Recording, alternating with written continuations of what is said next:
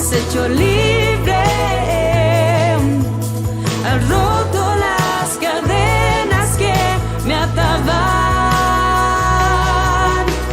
Libre, me has llamado a libertad para ofrecer y adorar. Bienvenidos a todos ustedes y a todos los que nos miran a través de las redes sociales y por medio de esta transmisión. Les damos la bienvenida a este lugar donde usted encontrará a Dios y su palabra. Pueden tomar su lugar, y a ti que me estás mirando te doy la bienvenida, y no te muevas porque te aseguro que encontrarás una grande bendición para tu vida esta mañana. Qué interesante que el salmista diga de una manera tan categórica y diga: en tierra seca y árida donde no hay agua.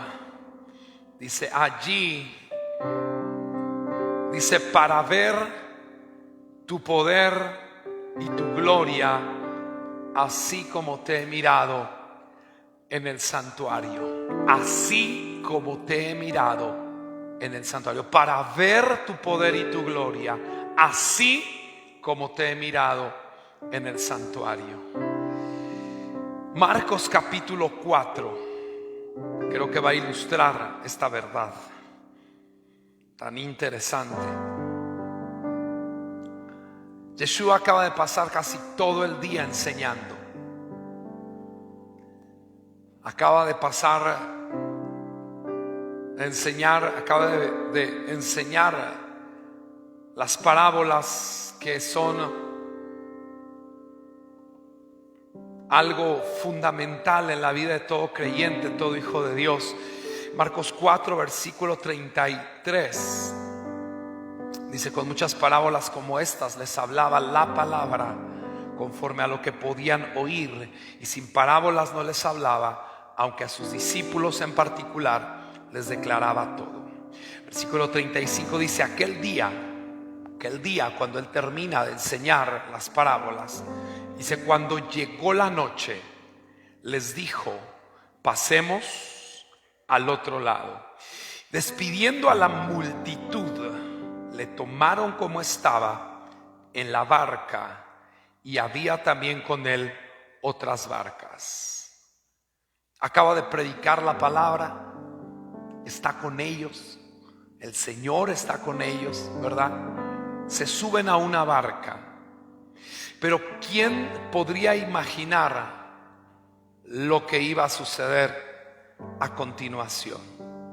Todo mundo podríamos decir que nada puede suceder, nada raro, nada malo, como definiríamos, nada extraño. ¿Por qué? Porque tenemos la presencia de Dios, porque Dios está con nosotros, y además acabamos de pasar todo el día escuchando la palabra. Pero ¿por qué el salmista dice: mi alma tiene sed de ti? Dice: en tierra seca y árida. Y dice: para ver tu poder y tu gloria. Note cómo, si tú sigues la línea de la narrativa, cuando dice en tierra seca y sin árida, para ver tu poder y tu gloria, como que no pegas el para con la frase anterior.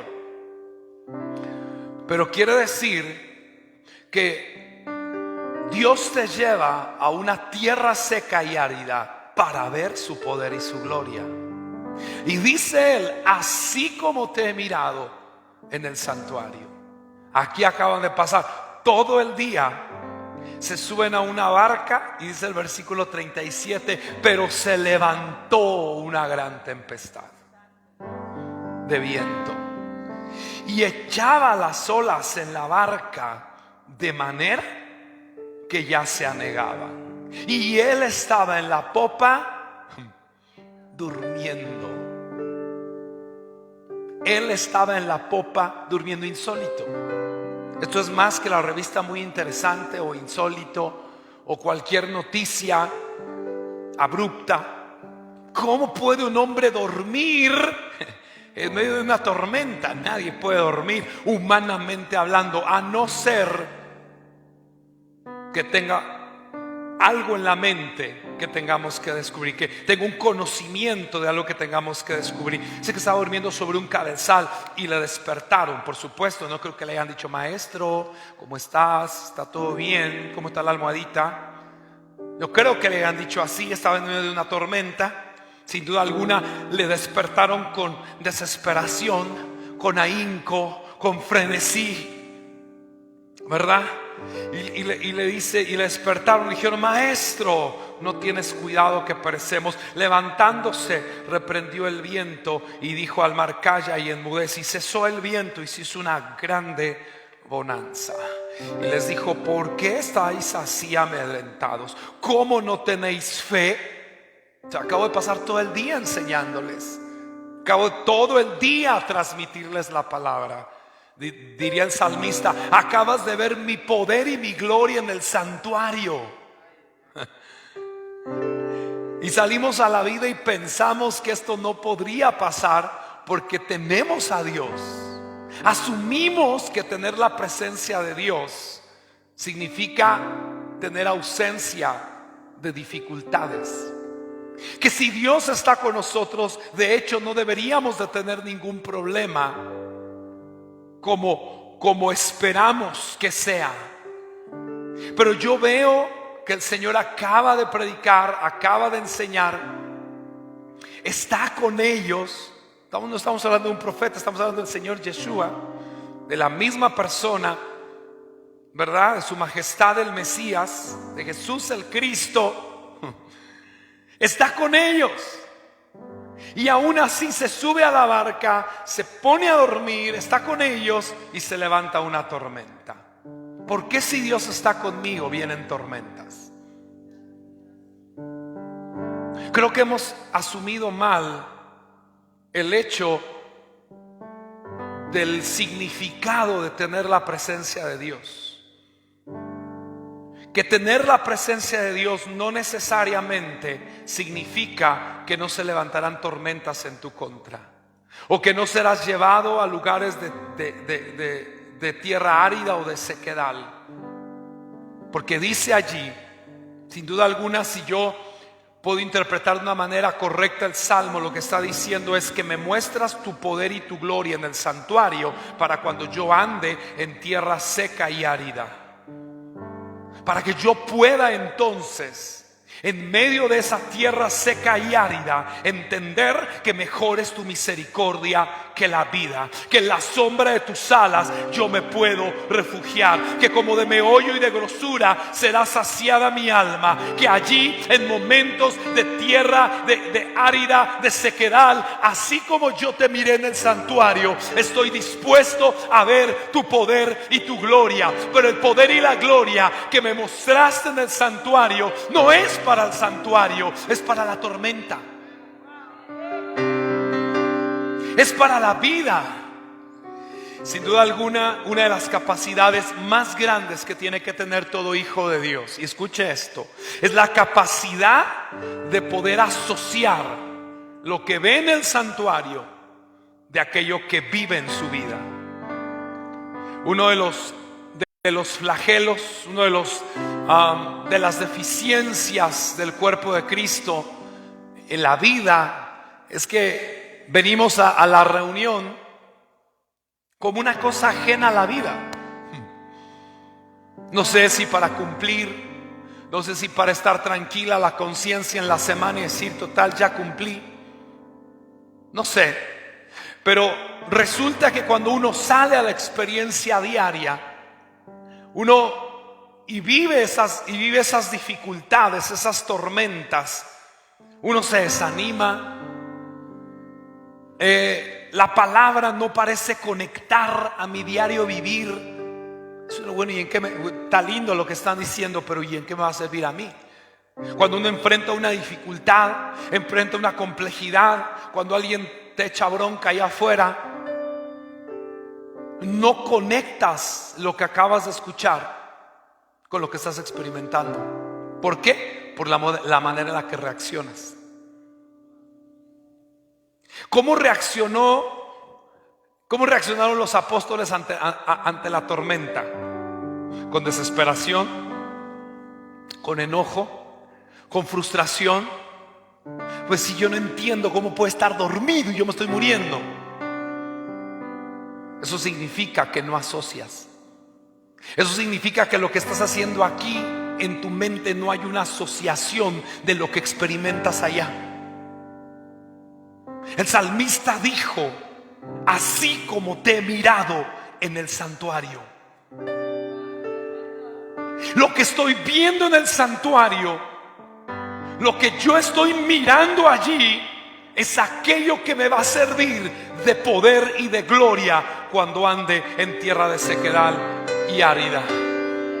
Lo que yo estoy experimentando aquí no está divorciado ni disociado de aquello que yo voy a vivir allá afuera. No está disociado, no es una disociación de vida, es una falta de capacidad personal de no poderlo conectar.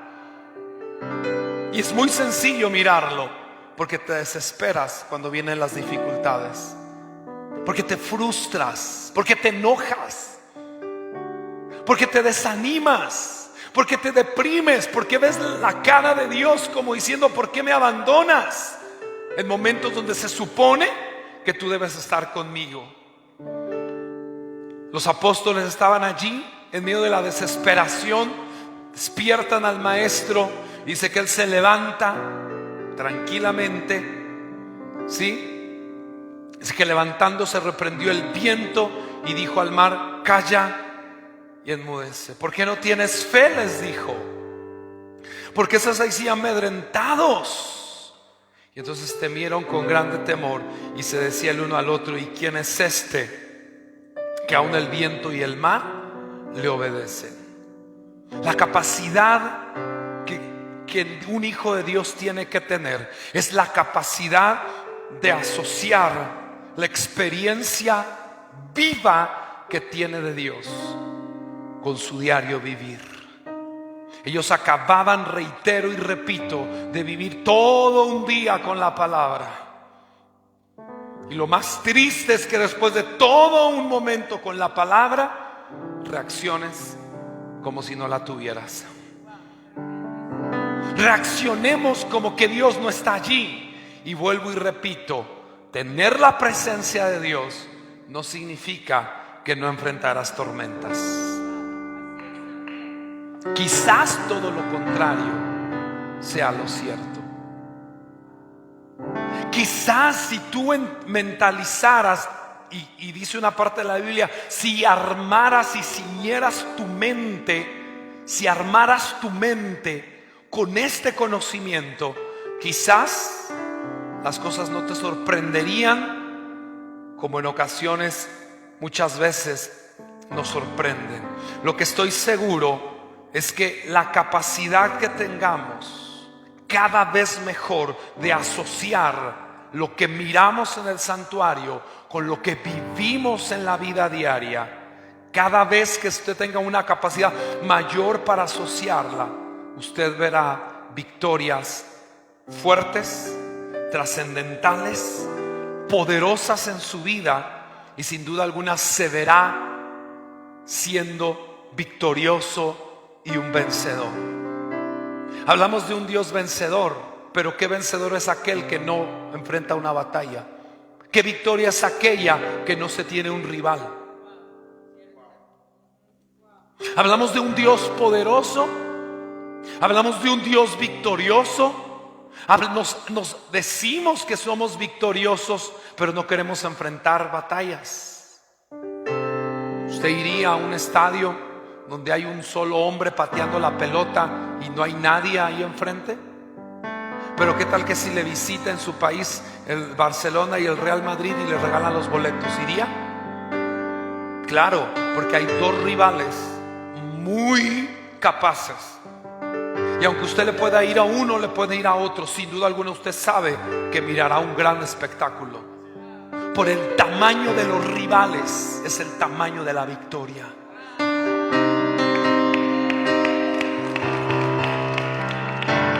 La palabra de Dios es una palabra que te dice que eres vencedor, pero quieres salir a la vida sin que haya una batalla, sin que haya una tormenta. ¿Y en dónde vas a materializar lo que se te acaba de entregar? ¿En dónde lo vas a ejecutar? ¿Me oye? Porque usted tiene que comprender precisamente que el hecho de tener la presencia de Dios no es para que no haya tormentas, es para que venzamos en las tormentas. La presencia de Dios está contigo, porque la presencia de Dios en tu barca no va a detener la tormenta, te va a hacer vencedor en medio de tu tormenta. Yo no te puedo garantizar este día que no te van a venir dificultades. Lo que te puedo garantizar es que si Dios es por ti, ¿quién contra ti? Lo que te puedo garantizar es que en Dios vas a ser más que vencedor. Eso sí lo puedo firmar. Pero no nos sorprendamos o digamos, ¿por qué me está viniendo esto? Señor, si tú estás conmigo, ¿por qué me pasa esto? En vez de que te levantes y aproveches la circunstancia, la situación que te está viniendo. Porque sin duda alguna el tamaño del gigante expresa el poder de Dios que está por manifestarse. ¿Oyó eso? El tamaño del gigante está delineando el poder de Dios que está pronto a mostrarse a favor de aquel que sepa tener esa capacidad. Primero, la capacidad de un hijo de Dios está en una capacidad que tiene que tener el hijo de Dios, que tiene que aprender, que tiene que adquirir sí o sí. Y usted tiene que pedirle a Dios primero la capacidad de asociar lo que experimenta aquí con lo que va a vivir allá afuera.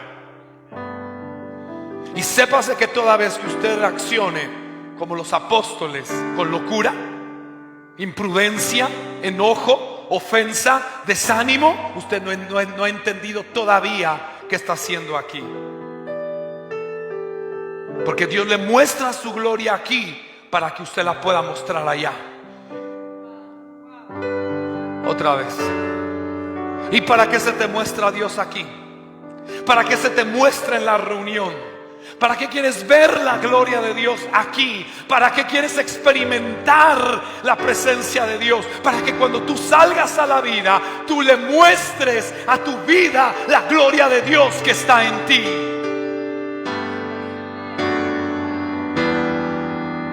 Dijo alguien, ya basta de decirle a Dios lo grande que son tus problemas. Empieza a decir a tus problemas lo grande que es tu Dios.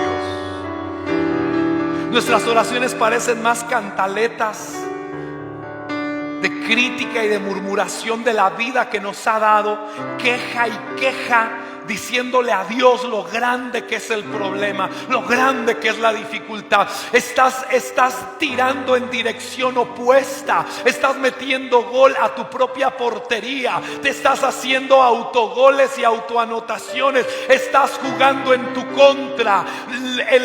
La situación, Dios no necesita que le hables de lo grande de tu situación, pues que eso no tiene la capacidad de resolver tu situación. Dios necesita que le hables a tu situación de lo grande que es tu Dios, de lo maravilloso y poderoso que es el Dios al que dices servir. Estás tirando en contra, te estás metiendo goles solo, estás apuntando en dirección opuesta. Dile al problema, dile a la dificultad. ¿Qué hicieron los apóstoles? Fueron con el maestro y ¿qué? Y le hablaron al maestro de la tormenta. ¿Qué hizo Yeshua?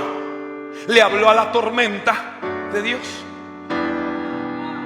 ¿A dónde estás apuntando el cañón? Por eso te hundes solo, porque apuntas a tu propia barca y le haces un agujero y la hundes. Estás apuntando en contra al quejarte. Estás apuntando en contra al murmurar. Estás apuntando en contra al describir perfectamente la situación tan complicada que tienes. ¿Por qué no empiezas a decirle a tu tormenta el Dios poderoso que tienes?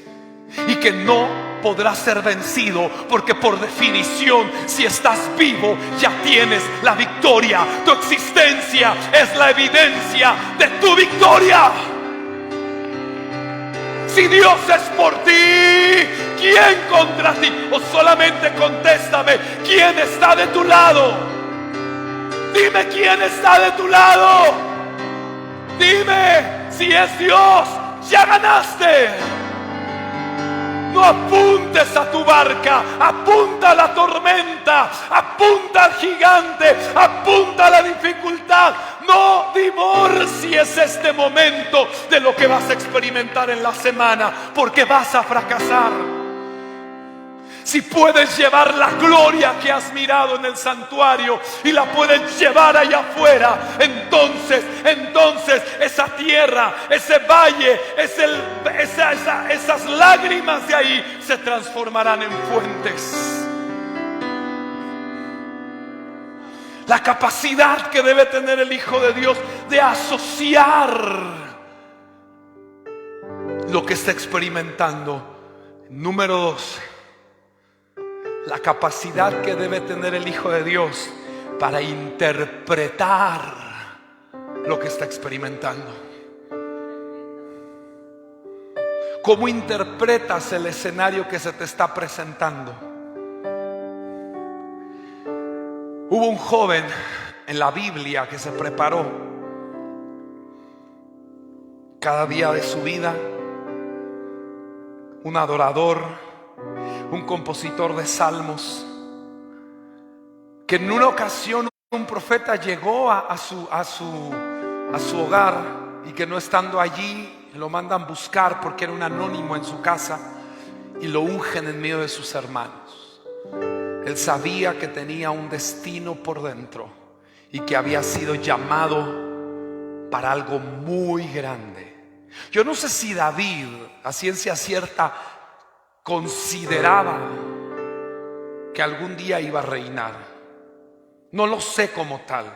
Quizás sí, quizás no. Pero sin duda alguna, todo hombre debe de entender que si está respirando es porque Dios tiene un propósito grande con él. Aunque no tengas la claridad de aquello, quizás a lo que supuesto estás destinado a alcanzar, nunca debes de perder la fe que estás siendo llamado, o has sido llamado sí o sí a algo grande. Oh, debe haber dicho amén a eso. Yo no dije que usted está destinado a vender cacahuates. Yo dije que usted está destinado a algo grande. Y si no lo puedes creer, entonces por eso apuntas bajo y tienes un tino que, Dios mío. Mejor apuntar alto y no dar de momento, pero mínimo te estás entrenando a apuntar alto. Apuntar alto, un día vas a pegar. Y se acercó el profeta y lo ungió, y allí, en medio de su incertidumbre, se dibuja entre su horizonte una imagen clara. Le dice Samuel: Dios te ha ungido como rey de tu pueblo. Ya tenía la claridad, tenía la imagen clara, tenía la visión clara. Y en el ejercicio, no es que se fue a dormir y a la mañana ángeles lo levantaron de la cama y lo llevaron hasta el palacio del rey de Israel, tumbaron al rey que estaba y lo acostaron allí y le pusieron la corona. No fue así. A la mañana se levantó, a la siguiente mañana el ungimiento se levantó igual que siempre, se dirigió con las ovejas igual que siempre, pero ya tenía una imagen clara de lo que Dios estaba hablando de él. Ahora tenía una imagen clara. Lo sorprendente es que cuando en medio de todo esto ahora sabía en qué creer, sabía en qué esperar, sabía la imagen que estaba él apuntando. Israel entra en guerra, como sabemos. Los hermanos mayores son llamados, él por supuesto anónimo siempre, detrás de las ovejas. Y allí, en medio de eso, lo manda a llamar su papá. Estaba preocupado quizás por sus hermanos, para pedir un informe de cómo estaban. Le manda unos panes y unos quesos y lo envía de mensajero con comida.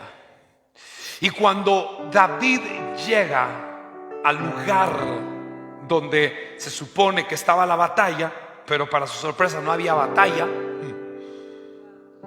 estaban los dos ejércitos simplemente paralizados. En medio de los dos ejércitos había un valle y había un gigante. Un gigante que hacía 40 días había desafiado a los ejércitos de Israel. Denme un hombre que esté conmigo. Todo mundo había visto ese gigante ya por 40 días. David, cuando se acerca allí, que es de quien estoy hablando, mira al gigante y supo interpretar lo que estaba pasando y lo que iba a pasar. Supo interpretar que la visión ya se le había mostrado, pero no sabía por dónde empezar. No sabía dónde iba a comenzar ese asunto. No sabía dónde iba a comenzar su historia a escribirse. Ya tenía una unción, ya había sido ungido entre sus hermanos, ya había una palabra, ya había una profecía, pero no sabía por dónde empezar. Estaba buscando la sombra que la imagen debía proyectar. Una vez encontrada la sombra, él iba a decir: de aquí soy, esta es la sombra de la imagen que yo ya vi. La imagen yo ya la vi, pero no sé dónde voy a comenzar. Lo sorprendente es que cuando llega al valle de Ela, al lugar de la batalla, y ve al gigante allí, sin duda alguna el gigante representaba una grande batalla, representaba un grande desafío, representaba una gran amenaza para todo mundo y para Israel. Representaba una amenaza de que, de ser vencido, todo Israel iba a ser subyugado. Y claro que nadie quería cargar consigo ese peso. Pero él también, dentro del valle, al interpretar y decir: si esto es lo que me está pasando a mí y yo acabo de ser ungido, si es la circunstancia que me está viniendo a mí, si es lo que es mi presente, si es mi realidad, entonces seguro es que mi realidad debe de ser la sombra de mi verdad. La sombra que estoy viendo debe ser la proyección de la imagen que me fue mostrada. Este gigante debe tener detrás de él un trono. El trono que me mostró Samuel, el trono que me profetizaron. Esta es la sombra del bien que vendrá. No es la imagen, solo es la sombra. Hermano, yo te tengo una noticia. Si lo que estás viviendo no es la imagen de lo que creíste, solo es la sombra. Pero quédate tranquilo, asume el reto, porque por la sombra es que empezamos. ¿Dónde iba a empezar? Dígame, ¿dónde iba a empezar? Él iba a ser el rey, pero ¿cómo se iba a materializar? Qué sorprendente es que las tormentas y las dificultades, de hecho, traen y te llevan al lugar donde la imagen se creó. ¿Qué supo hacer David en ese momento? Supo interpretar perfectamente el escenario que estaba viviendo. Quizás por esta razón nuestro Señor Yeshua descansaba en la barca mientras había una tormenta. ¿Sabe por qué? Porque solo era una sombra. Y una sombra no daña a nadie. La única manera de poder descansar en una tormenta es en saber que la tormenta es una sombra. La única manera. No hay otra manera. No hay otra manera. ¿Quién duerme en una tormenta? Nadie, excepto alguien que sepa que es una sombra. ¿Quién descansa en su dificultad? Nadie, excepto alguien que sepa que es una sombra. Qué interesante, porque de hecho la Biblia nos habla de la sombra de Dios. El que habita al abrigo del Altísimo morará bajo la sombra del Omnipotente. ¿Quieres que te diga algo? ¿Sabes por qué te asustan las sombras? Porque andas en tinieblas. Solo la sombra asusta cuando la persona está en tinieblas. Pero ¿sabe usted que en medio de un día de mucho calor uno busca la sombra? Porque la sombra no es miedo, es refugio y es refrigerio.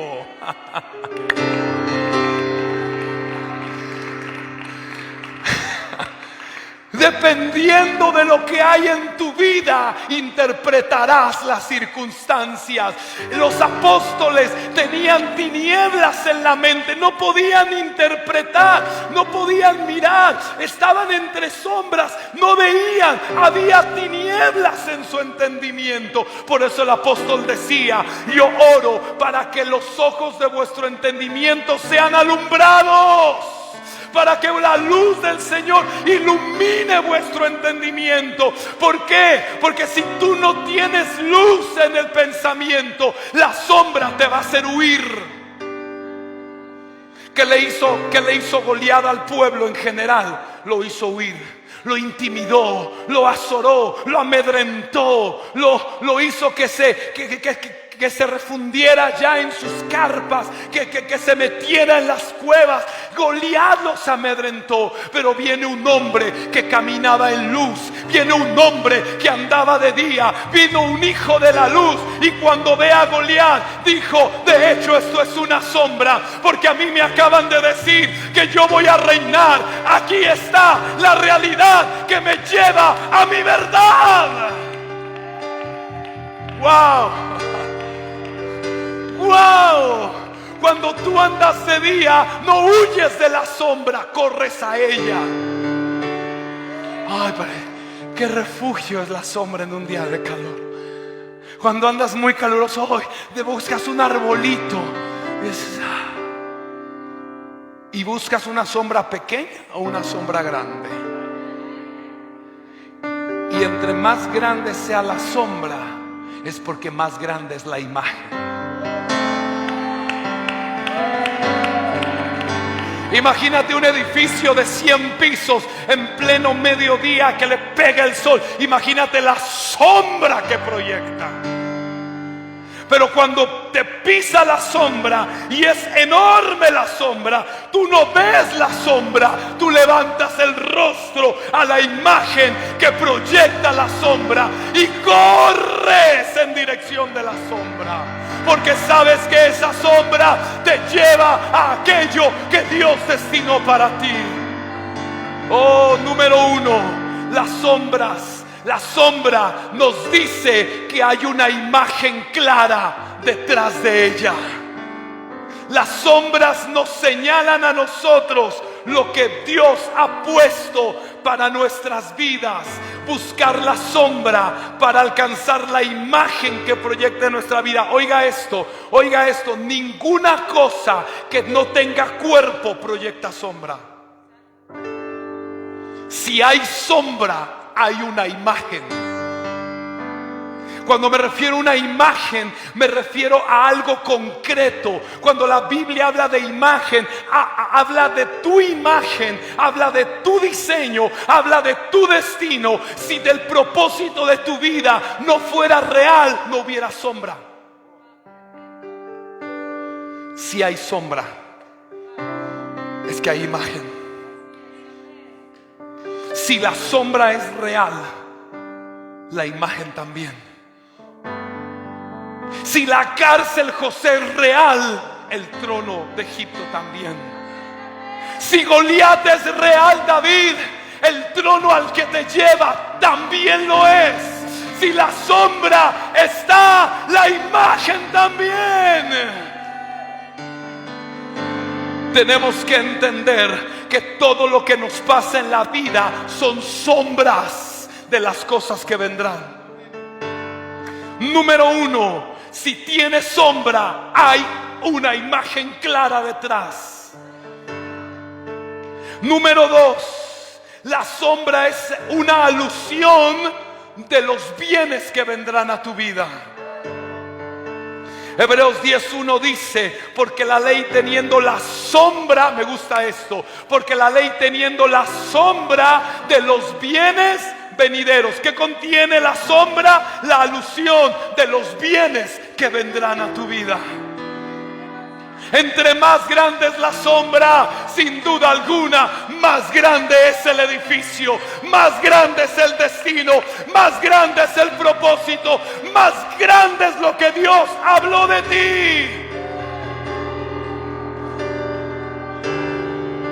No huyas de la sombra.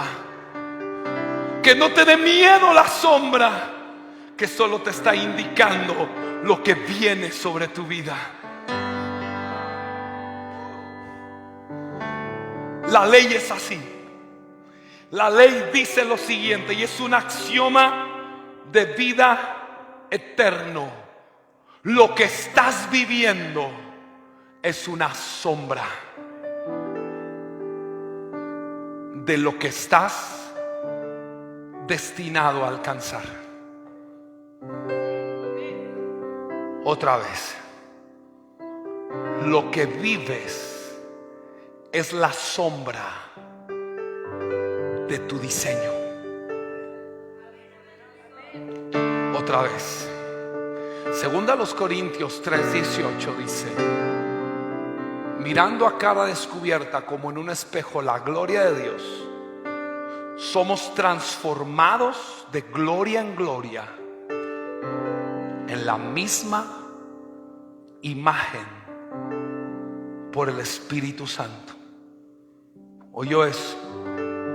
Somos transformados en la misma imagen. La Biblia dice que antes que toda cosa exista en la tierra, tiene un diseño en el cielo. Antes de que tú vinieras a la tierra, Dios te construyó en el cielo. El Salmo 139 verso 16 dice que escribió en un libro todas las cosas de ti que luego fueron formadas. Y dice aquí que miramos la gloria de Dios como en un espejo para ser transformados. No dice en su imagen, como muchos leen o muchos interpretan. No habla de la imagen de Dios, sino habla de tu imagen, porque dice en la imagen. Somos transformados en la imagen por el Espíritu Santo. No dice que eres transformado en la imagen del Espíritu Santo, dice que eres transformado en la misma imagen. El Señor habló a mi vida, y cuando uno interpreta correctamente el pasaje, está hablando de tu imagen eterna, de lo que Dios construyó de ti antes de enviarte a la tierra. Porque Dios habló de ti, según Efesios 1:3, dice que te bendijo con toda bendición espiritual, te escogió en lugares celestiales en Cristo, te predestinó para ser santo y sin mancha de Él en amor. Dice Efesios 2:10, hechura suya, creados en Cristo Jesús para buenas obras. Hermanos, hermanas, hay una imagen clara de ti en la eternidad. Hay algo que Dios terminó para cuando tú comenzaste. Dios ya había terminado tu destino, tu historia, tu vida. Dios la escribió. Isaías 46:10 dice que Dios anuncia el final desde el principio. Encontré dentro de todo esto algo interesante. La Biblia, el lenguaje para todos, dice: yo conté, narré, declaré, escribí, hablé, anuncié el final desde el comienzo. Yo anuncio lo por venir desde el principio. Eso me gusta. ¿Por qué? Porque eso significa, escucha esto, que Dios, antes de que tú nacieras, primero en la eternidad ya había terminado tu imagen.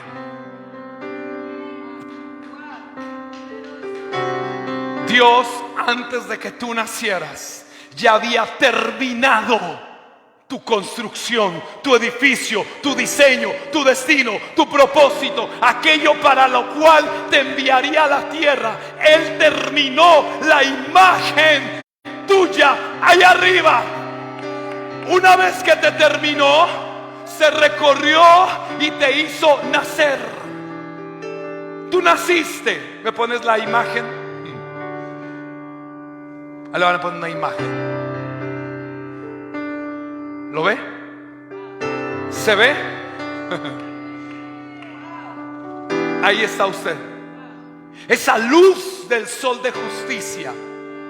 Porque dice que el sol de justicia alumbrará sobre los santos, sobre los justos, que Dios es sol de justicia y que resplandecerá. La luz está allá en la eternidad. La eternidad es el destino y el futuro de tu vida. Tú naciste en el presente, pero tienes que saber que ya hay una imagen clara en la eternidad de tu persona. Esa luz pega sobre tu imagen, pega sobre tu destino y te produce una sombra. Y cuando tú experimentas tu diario vivir, tu presente, una tormenta, un gigante, es una sombra. No se equivoque y no tenga duda de lo que yo estoy soltando hoy. Si esa sombra llegó a tu vida y no a mi vida, es porque no es mi imagen, es la tuya. Goliat no llegó a mi vida, llegó a la vida de David. ¿Por qué? Porque Goliat era la sombra de la imagen de David. Lo que estás experimentando y has enfrentado en tu vida es la sombra de tu imagen. No del al que está al lado. Pero ¿por qué a mí me pasa esto y a él no? Porque es tu imagen. La luz está sobre tu imagen. Por eso a ti te está pasando esto. Pero es muy grande. Porque también así de grande es lo que Dios ha preparado para los que le aman. Esa es tu vida.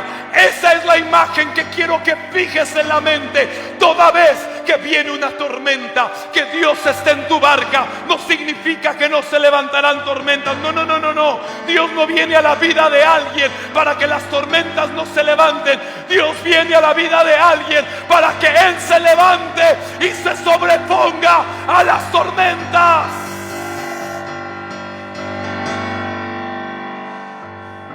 Yo sé que es glorioso todo, pero ¿qué preferirías experimentar sinceramente?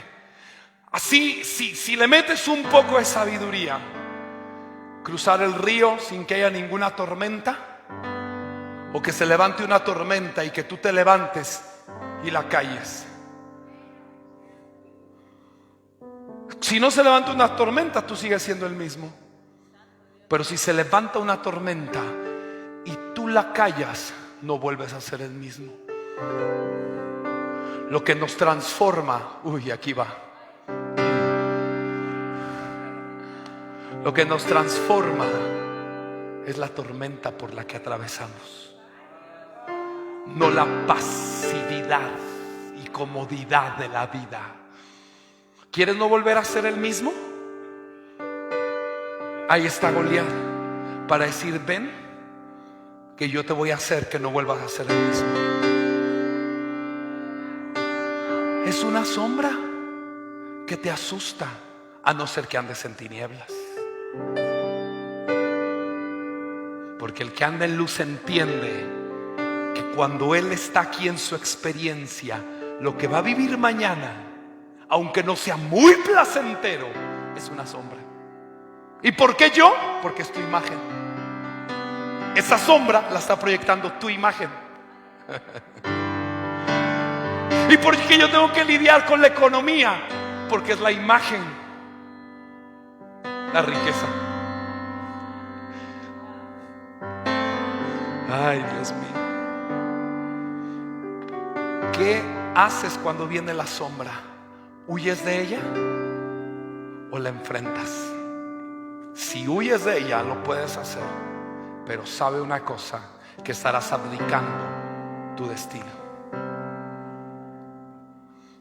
Todos pensamos que si Dios nos destinó para cosas grandes, nos tienen que llegar como las cosas que llegan de Mercado Libre, empaquetaditas y a la mano. Como dirían nuestras abuelitas, peladito y en la boca. Así pensamos. Nunca nos imaginamos, de hecho, que nuestra promoción viene en las manos de un gigante.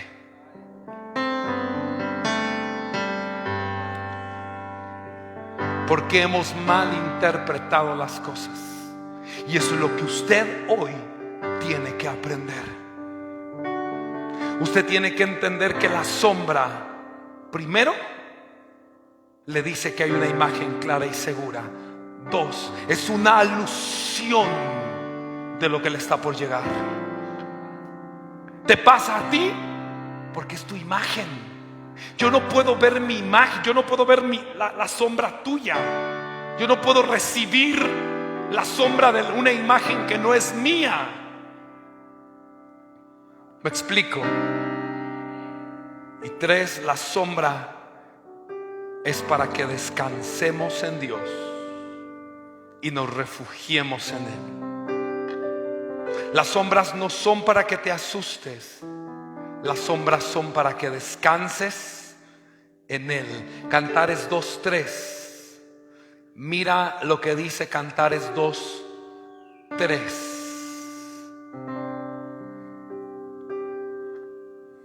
Interesante. Dice: así es mi amado entre los jóvenes, como el manzano entre los árboles silvestres, así es mi amado entre los jóvenes. Bajo la sombra del deseado me senté, y su fruto fue dulce a mi paladar. ¿Sabes que esas circunstancias tienes que descansar en ellas? Son tu refugio, son tu sombra. Ay, Dios. Deberías estar dormido como el maestro, no loco como Pedro. ¿Por qué reaccionas como Pedro en vez de como el maestro? Porque Yeshua sí puede dormir en la tormenta y Pedro no. ¿Qué fe quieres? ¿Qué autoridad deseas? ¿Por qué el maestro se durmió? Bueno, en primera es una lección personal, pero para la lección para los apóstoles, no es que sientas que Dios está dormido y que te deja, es que está dejando lugar a que te levantes. Tú quieres un maestro despierto, ¿y qué vas a hacer tú? Se duerme en ocasiones para decirte: hijo mío, vamos, levántate, levántate, tú puedes. Lo que yo estoy haciendo lo debiste haber hecho tú. Lo que el Señor le estaba diciendo a Pedro y a los apóstoles. Dice: allí yo descansé. Y el Salmo 23 es un salmo en el que literalmente lo usan todo el mundo para descansar, porque dice que en lugares de delicados pastos me hará descansar, junto a aguas de reposo. Y ahí perdimos a la persona. Junto a aguas de reposo me pastoreará. Dice, y qué bonito salmo. Y no se imagina una pradera de Heidi con el abuelo y corriendo con el otro muchacho, no sé cómo se llamaba, Pedro creo que se llamaba, el ropavejero, el que cuidaba las ovejas. Y ahí uno se imagina una pradera gigante así y rodando por el pasto cuando lee el Salmo 23. Pero dice, en valle de sombra de muerte, aunque ande en valle de sombra de muerte, ¿qué? No dice, no entraré en valle de sombra de muerte porque tú estás conmigo. No dice el Salmo así. Dice, no andaré en valle de sombra de muerte. O sea, nunca voy a entrar porque tú estarás conmigo. No, dice, cuando vaya a caminar en la sombra, no temeré, porque tú estarás conmigo. ¿Y qué desata el valle de sombra y de muerte? Que tu vara y tu callado me infundan aliento, que unjas mi cabeza con aceite y mi copa esté rebosando, que adereces mesa delante de mí en presencia de mis angustiadores, que ciertamente el bien y la misericordia ahora me empiecen a seguir todos los días de mi vida, y en la casa del Señor esté por largos días. ¿Por qué? Porque caminé por el valle de sombra de muerte. Quieres el bien y la misericordia siguiéndote, pero no aceptas que Dios está contigo para que camines por el valle de sombra de muerte. La sombra es también una guía fiel para nuestras vidas. ¿Sabías? Hebreos 8:4 dice aquí, así que si estuviese sobre la tierra, ni siquiera sería sacerdote.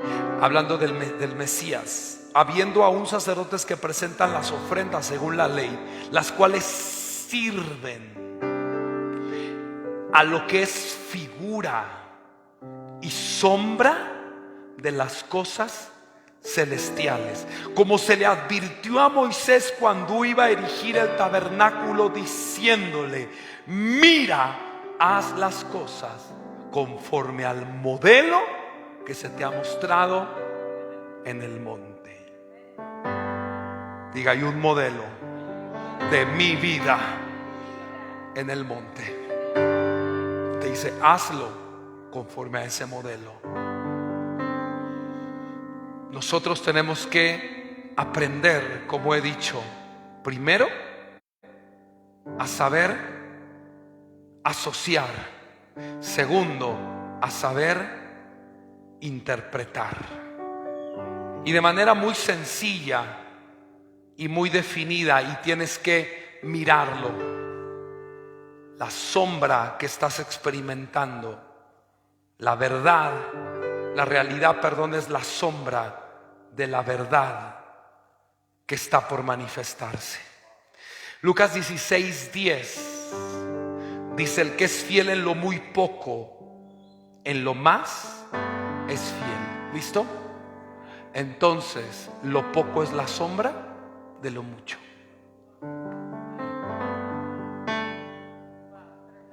¿Tienes poco? Tienes una sombra. Refúgiate, descansa, síguela y comprende que hay una imagen. Dice que el que es fiel en lo poco, también que en lo más es fiel. Concluyo que lo poco es la sombra de lo mucho. El que lo muy poco es injusto, también en lo más es injusto. Lo injusto es la sombra de lo justo. Sé que muchos de nosotros hemos dicho, es que no es justo que yo esté pasando esto. Bueno, no es para siempre, solo es una sombra. Pero si en las riquezas injustas no fuiste fieles, ¿quiénes confiarán las verdaderas? Lo verdadero. Quiere decir que lo falso es la sombra de lo verdadero. Y si en lo ajeno no fuiste fieles, ¿quién os dará lo que es vuestro? Quiere decir que lo ajeno es la sombra de lo propio. Y todo mundo al principio, ¿qué ve primero? Una sombra. Si tiene sombra, tiene imagen. ¿Oyó eso? Si tiene sombra, tiene imagen. ¿Y sabes con qué voy a terminar? Con algo que te va a sorprender. Primero, aprendimos. Wow. No sé si usted está listo para esto. Primero aprendimos que Dios tiene sombra y que habitar bajo el abrigo del Altísimo, moraremos bajo la sombra del Omnipotente. Eso lo vimos el viernes. Hoy aprendimos la sombra de los bienes venideros, que toda dificultad que tú estás viviendo es una sombra. Pero yo voy a terminar hoy con ustedes diciéndoles algo todavía superior a eso. Cuando por entender tu destino, tú te conviertes en la luz de tu diseño. Y la imagen que está ahí, esa imagen que está ahí, que acabas de ver, si tú miras dónde está la luz y dónde la luz proyecta la imagen y produce la sombra, ¿ok? Y yo que estoy en mi presente miro la sombra, tengo que interpretar ese escenario. Pero ¿qué pasaría si ese presente, ese hombre del presente, se convirtiera en un hombre de luz? ¿Quién sería la sombra en esa imagen?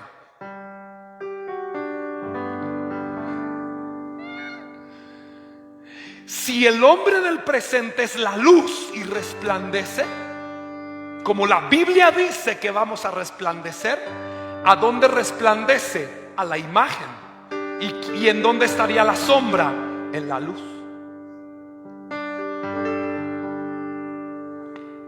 Primero déjeme leerle que la Biblia dice que usted va a resplandecer, porque si no, de allí usted no va a creer. Isaías 60, ¿sí? ¿Sí dice así o no dice así?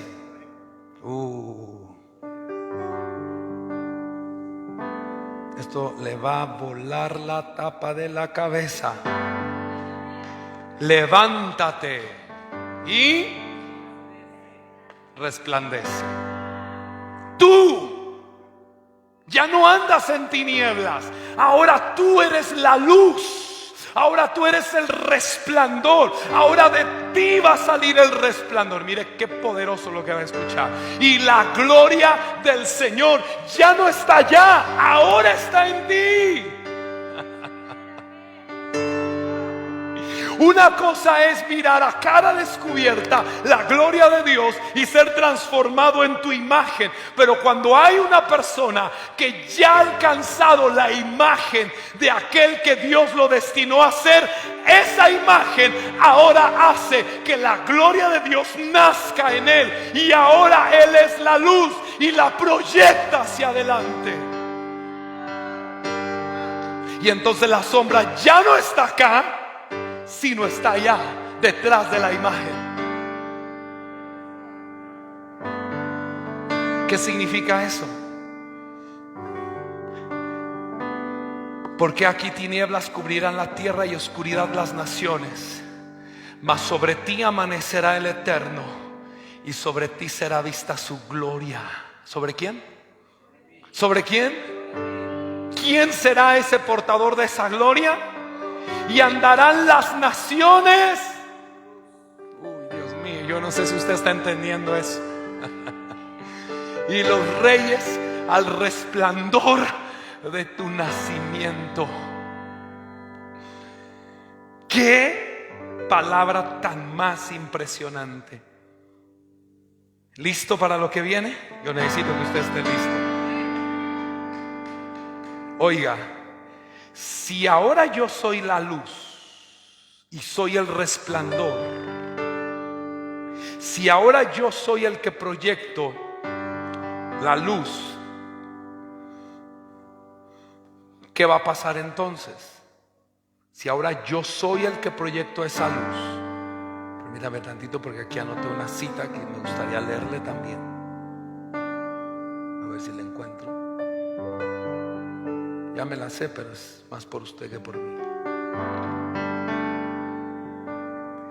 Si ahora yo soy la luz,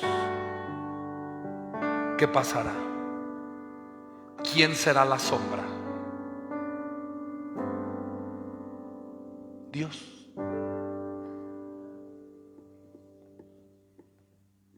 Ahora Dios será tu sombra.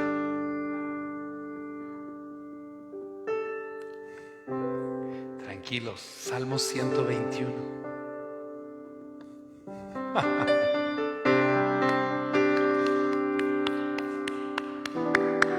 Alzaré mis ojos a los montes, ¿de dónde vendrá mi socorro? Oh, en un momento de dificultad, mi socorro viene del Señor que hizo los cielos. No dará tu pie al resbaladero, ni se dormirá el que te guarda. He aquí no se adormecerá ni dormirá el que guarda a Israel. El Señor es tu guardador. El Señor es tu sombra.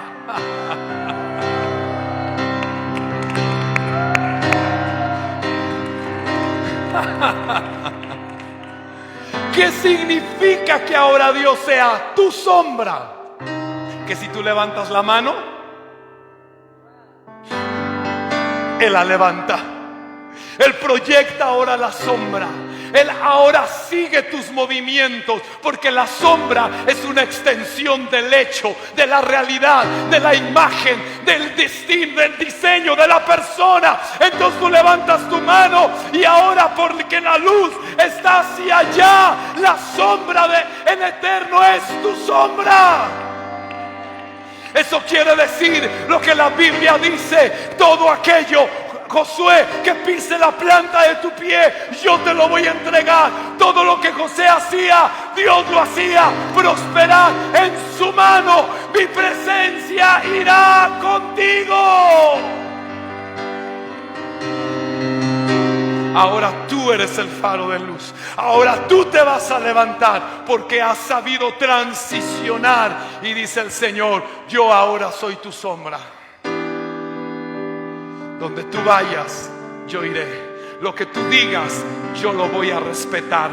Yo lo voy a cumplir. Yo lo voy a cumplir. Yo voy a responder.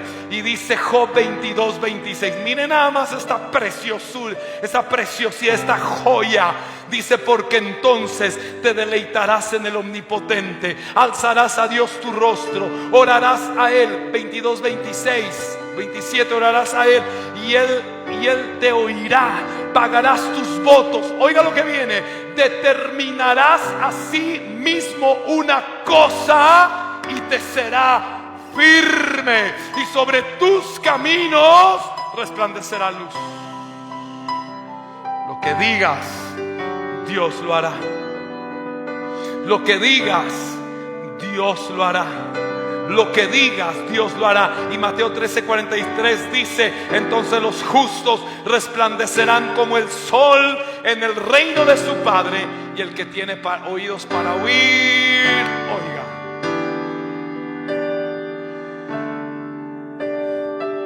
¿Cómo podemos concluir este momento? Tienes que aprender a leer lo que estás viviendo. Tienes que aprender a saber interpretar lo que te está pasando. Un gigante no es algo malo. Un gigante es la invitación. Es la invitación regia, real, de tu promoción. ¿Me sigue? Quiero que te pongas de pie este día. Creo que Dios ha sido muy claro. Ya no rechaces las sombras. Eres un hijo de la luz y del día. Deja que el Señor ilumine tu rostro. Y si has huido porque no has sabido interpretar lo que estás viviendo, dile a Dios: Señor, a partir del día de hoy quiero saber asociar lo que vivo con tu palabra. Y número 2, saber interpretar correctamente cada escenario. Si lo estoy viviendo, es que es una sombra de mi imagen. Te pido que me ayudes a levantarme. Vamos, levante su mano, levante su voz y dígale a Dios: ayúdame a saber interpretar los tiempos, a saber interpretar las sazones, a saber cuando un escenario viene para provocar mi milagro, mi bendición, mi promoción.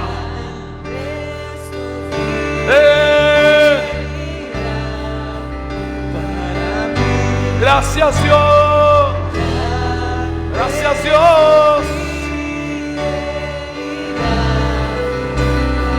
gracias Dios.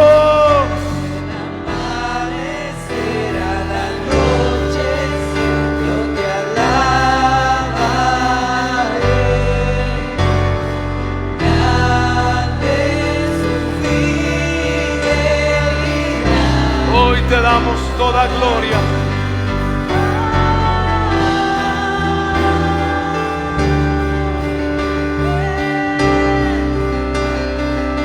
Toda gloria sea entregada a ti. Toda gloria sea entregada a ti. Gracias. Gracias. Porque lo que estamos viviendo es una sombra. Es una sombra de los bienes que vendrán, de lo que sucederá en mi vida. Oh, lo poco es la sombra de lo mucho. Lo ajeno es la sombra de lo propio. La escasez es la sombra de la abundancia. Oh Dios, gracias.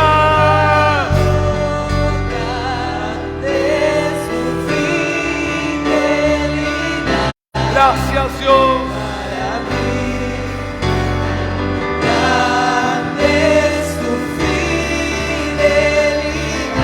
Gracias Dios. Amanecerá la noche, yo te alabaré. Gracias Dios. Grande es su fidelidad para mí. Gracias Dios. No quiero despedir este tiempo sin darte la oportunidad a ti, si es que necesitas reconciliarte con Dios. Quizás haya alguien de los que me están mirando o de los que están aquí que necesiten hoy hacer un encuentro, tener un reencuentro con Dios, tomar una decisión de volver su vida a Dios, o quizás por primera vez aceptarlo en tu corazón. Tampoco quiero despedirlo sin orar por ti, si es que acaso estés en una dificultad. Vamos a orar, permíteme orar por ti. Acompáñame en medio de la oración que voy a hacer por tu vida antes de que este tiempo sea despedido. Padre, gracias por todos los que estamos tanto aquí presentes como aquellos que nos miran por medio de redes sociales. Señor, te doy gracias porque sin duda alguna tu palabra tiene un refresco para nosotros, pero hoy queremos abrir este tiempo y esta oportunidad para todos aquellos que quizás hoy quieran reconciliarse contigo o aceptarte por primera vez en su vida, en su corazón. Hoy quiero orar por esas personas que hoy necesiten un milagro también y necesiten una bendición. Padre, todo aquel que me está mirando en este momento y que necesite hacer alguna de estas tres cosas, yo te pido que tu mano y tu favor lo visiten ahí donde él se encuentra. Si el caso es tuyo para reconciliarte o aceptar a Dios en tu vida, repite después de mí: Padre, gracias en este día. Gracias por darme la vida eterna y enviar a tu Hijo en salvación por mis pecados. Reconozco que te he fallado y reconozco que tengo una necesidad de ti muy grande. Te pido por favor que entres a mi vida y que me des la vida eterna. Perdona mis pecados. Hoy te acepto en mi corazón. Hoy vuelvo mi corazón a ti, en Yeshua el Mesías. Padre, gracias por todos aquellos que nos ven, todos aquellos que tengan alguna dificultad o tengan alguna necesidad en este momento. Por el poder de la resurrección, yo estoy declarando un milagro creativo sobre todos aquellos que lo necesiten. Y te doy toda la gloria porque tú eres bueno. En Yeshua el Mesías te doy gracias. Amén. Gracias por acompañarnos. Bendiciones. Nos vemos en la siguiente transmisión. Bye bye.